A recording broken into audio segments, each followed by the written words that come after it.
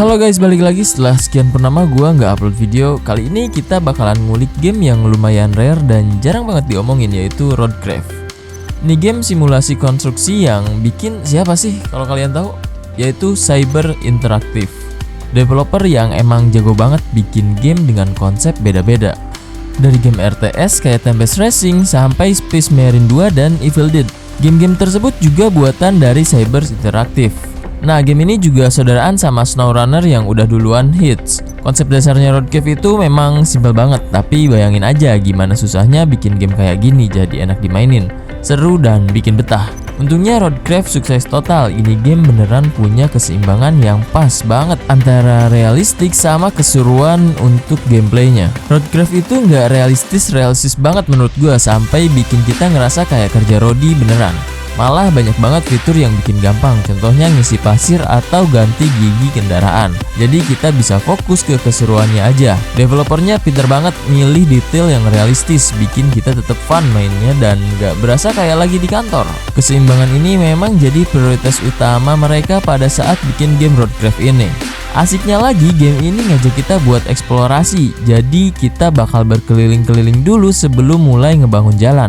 Fitur realistis yang justru bikin makin seru itu ada differential lock untuk roda, all-wheel drive biar nggak nyangkut di jalan-jalan yang susah, atau low gear buat nanjak sambil bawa beban berat. Dinamika kayak gini yang bikin Roadcraft berasa realistis tapi nggak ribet-ribet banget, jadi gampang dimainin sama siapa aja. Bahkan yang baru nyoba pun pasti akan merasa sangat mudah untuk memainkan game ini. Gak perlu pusing mikirin detail driving alat berat atau takut kendaraannya rusak gara-gara salah oper gigi. Semua hal yang bikin ribet itu udah dihilangin, tinggal toggle on off aja. Tapi tetep kok ada kerusakan mobil kalau kita ceroboh, misalnya mobil tersebut terjungkir balik. Nah, di situ balance-nya.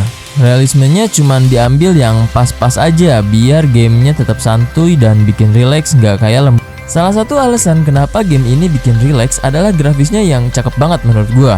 Bikin mata betah mandangin layar terus, meskipun kadang shaders sama bloomnya agak lebay pas sore atau abis hujan.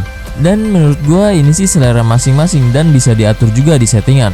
Soal performa, game ini nggak berat-berat amat, skalabilitasnya mantap, jadi mau spek PC kentang juga masih bisa main game dengan nyaman. Nggak perlu FPS dewa juga, 60 FPS aja udah cukup banget buat main game kayak gini karena nggak butuh reaksi yang kilat.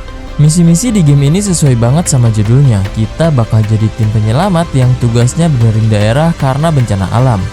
Jadi kita bikin perusahaan sendiri, terus terbang ke lokasi yang hancur buat ngebangun infrastruktur. Misi-misi awal itu juga jadi tutorial yang bagus banget. Pelan-pelan kita diajarin mekanik gamenya, jadi kita bisa explore dunia yang luas dan bikin infrastruktur sendiri. Gak cuma ngikutin misi doang, mulai dari benerin tembok, pembatas air, sampai bikin jalan sama jembatan, semua pun ada di game ini. Gak usah pusing mikirin logistik yang ribet bolak-balik antar barang. Semua sumber daya udah ada jalur logistiknya. Yang jelas logistik ini dikirim dari gudang. Tugas kita cuman mastiin logistik ini lancar biar pembangunan atau perbaikan jalan bisa jalan terus. Jadi ngebangun sama benerin itu cuman bagian kecilnya aja. Kecepatan kita itu tergantung gimana kita ngatur logistiknya biar nggak macet. Oh ya, logistiknya ini bisa diatur manual atau otomatis ya. Meskipun jalurnya udah bener, kita tetap harus perhatiin kondisi jalan. Ini dia PR-nya. Kita harus rajin-rajin maintenance jalan yang dilewatin logistik. Soalnya kalau beban yang dibawa kendaraan tinggi atau terlalu berat, jalanan bisa longsor atau hancur dan harus dibenerin lagi. Ini lumayan ganggu sih menurut gua. Lagi asik ngerjain proyek, tiba-tiba harus benerin jalan yang rusak. Satu lagi yang bikin agak kesel yaitu AI petting kendaraan logistiknya yang kadang ngaco. Bisa aja dia muter-muter nggak jelas atau nabrak tembok, padahal harusnya bisa mundur. Ini sering kejadian, padahal udah sering lewat jalur yang sama, tapi tiba-tiba nabrak sendiri. Bikin kesel, tapi ya mau gimana lagi gitu kan, namanya juga AI. Bolak-balik benerin jalan sendiri itu lumayan bikin capek, makanya game ini bakal lucu dan seru banget kalau mainnya co-op bersama teman-teman kalian. Kita emang harus waspada sih kalau kendaraan nyangkut, jungkir balik, atau nggak ada yang nolongin. kita bisa respawn kendaraan itu tapi cuman di lokasi tertentu yang kadang jauh banget dari proyek. Tapi tenang aja, kalau lagi males ngerjain proyek gede, beberapa pekerjaan ini bisa otomatis juga kok. Jadi kendaraan bisa ngerjain sendiri.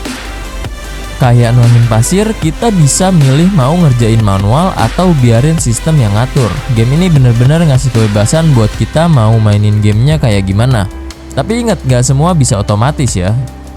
Ada beberapa yang emang harus kita kerjakan manual. Peta di game ini gede banget, sekitar 4 km per misi. Kalau mikir, aduh males banget nyetir sejauh itu, jadi nggak juga kok menurut gua. Semua alat berat bisa kita spawn, tinggal balikin ke gudang, bisa langsung di call dari mana aja.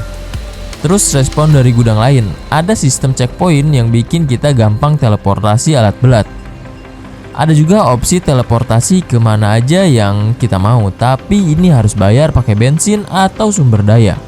Ini fitur berguna banget, apalagi di awal game, dimana sumber daya itu lebih baik dipakai untuk hal yang lebih penting daripada cuman benerin jalan rusak atau buat yang obsesif sama jalan yang mulus. Eksplorasi di game ini penting banget. Kita perlu scouting dulu pakai mobil utama untuk cek rute dan kondisi jalan. Ini penting banget buat nentuin jalur logistik ke depannya. Kemanapun eksplorasi ini jadi nilai jual utama game ini. Apalagi kita punya berbagai mobil dengan kelebihannya masing-masing dibandingkan alat berat atau truk pengangkut.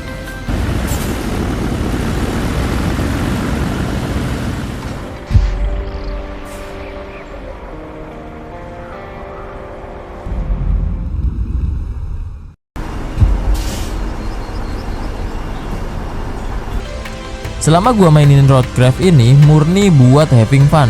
Jujur aja ini game super relaxing banget. Vibes-nya mirip-mirip Truck Simulator, padahal temanya alat berat. Kenapa bisa santai? Mungkin karena gua nggak perlu mikir keras. Terus pemandangan di game ini juga cakep banget, bikin hati tenang. Sound desainnya juga menurut gua juara. Dan yang paling penting, kita nggak bakal nyium bau khas alat berat kayak asap diesel, bau aspal, ataupun debu. Makanya game ini beneran bikin puas dan cozy meskipun tampilan visualnya nggak selalu cozy. Game ini cocok banget buat stress release, jangan takut sama penampilannya yang mungkin terlihat berat. Semua yang kita lakuin di game ini beneran santai, nggak ada dikejar waktu, nggak ada kontraktor nakal, atau malah gaji telat. Bener-bener bisa bikin kita tenang. Kalau ada DLC Roadcraft Indonesian Edition, mungkin baru deh bikin stres sampai mual-mual. Karena mungkin aja akan banyak pungli di dalam game ini kalau misalkan ada DLC Roadcraft Indonesian Edition. Tapi nih ya, buat game yang fokusnya alat berat, kita tetap dikasih tantangan yang unik kayak puzzle solving dan elemen semi-platformer di mana kita kadang-kadang harus manjat ke tempat yang susah dijangkau. Susah nyari pembanding untuk game ini soalnya posisinya unik banget menurut gua. Ini game kerjaan, tapi visualnya cantik, grindy, semuanya cozy, dan yang penting bikin lupa waktu pas main. Game ini wajib banget buat kalian yang suka atau lagi nyari game simulasi yang gak terlalu realistis, yang punya kerjaan bebas sesuai keinginan dan hasilnya bisa langsung kelihatan di depan mata. Dijamin puas. Yang paling gue suka, jumlah alat beratnya ada lebih dari 40 jenis. Durasi mainnya juga bisa tembus sekitar 100 jam dengan gampang, apalagi kalau main co-op. Harganya yang ditawarkan juga reasonable banget. Kalau ada minusnya cuman satu sih menurut gue yang paling ganggu. Setirnya atau kontrolnya yang binari. Jadi meskipun pakai controller, kalau digerakin sedikit aja ke kiri atau ke kanan dia langsung mentok belok. Ini yang bikin gak nyaman dan gue gak nemu settingannya juga. Tapi selebihnya game ini jujur bikin gue kaget karena beneran suka. Buat yang ngarap ini jadi penerus SnowRunner, ini game beda total ya. Jadi kalau misalkan ekspektasinya gitu, kalian bakal kecewa. Tapi overall gue suka banget. Gak nyangka bakal sesuka ini sama game ini. Gimana? Makin penasaran kan sama Roadcraft? Kalau ada pertanyaan atau mau sharing pengalaman main game ini, langsung aja tulis di kolom komentar di bawah ya. Jangan lupa like, share, dan subscribe biar nggak ketinggalan info update game seru lainnya dan menjadi support system untuk channel ini. Sampai jumpa di video selanjutnya. Bye.